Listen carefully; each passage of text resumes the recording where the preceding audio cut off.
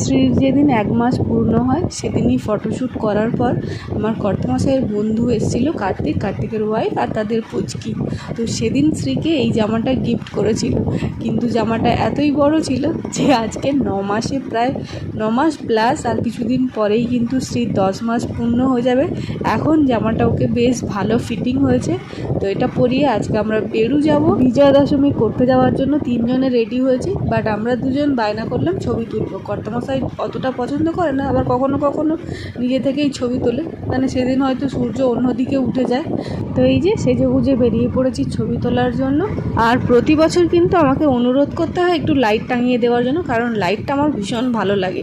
তো যাই হোক, এবছর কিন্তু অনুরোধ করতে হয়নি, আগেই নিজে থেকে লাইট কিনে এনে পুজোর সময় দেখেছি যে মেয়ে খুব লাইট দেখতে পছন্দ করছে, তার জন্য নিজেই কিনে এনে কাছ থেকে আগে লাইট লাগিয়ে তারপরে শান্তি। আর এখন রোজ শ্রী সন্ধেবেলায় লাইট জ্বালার জন্য অপেক্ষায় থাকে, আর দুপুরবেলা দোরগোড়ায় ভাত খাওয়াতে এলে তখনও ও লাইটটার দিকে তাকায়, ভাবি যে তখন কেন জ্বলছে না। তো দেখতেই পাচ্ছ বেরিয়ে যাওয়ার জন্য এতটাই আনন্দিত, নিজেই টাটা করে দিচ্ছে, আমাকে আর বলতে হচ্ছে না। দুর্গাপুজো তো কবে শেষ হয়ে গেছে, কিন্তু শ্রীর গিফট পাওয়া এখনও কিন্তু শেষ হয়নি।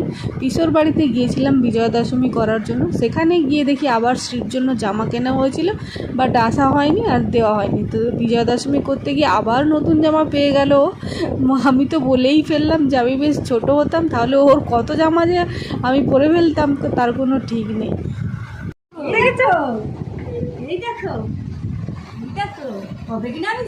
হ্যাঁ হ্যাঁ হবে, হ্যাঁ না বছর হবে না, আর বছর হবে, বড় হলে ভালো হবে। না ছোট হবে মনে হচ্ছে, না না ছোট হবে না।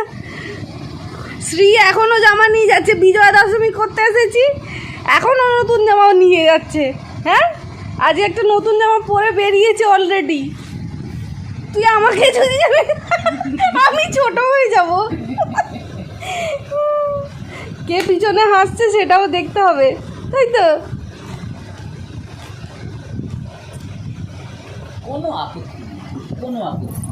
তো এই ছিল আমাদের রবিবারের সন্ধ্যার একটুখানি ঘোরার মুহূর্ত, তোমাদের সাথে শেয়ার করলাম। তো সবাই ভালো থাকো, টাটা বাই বাই।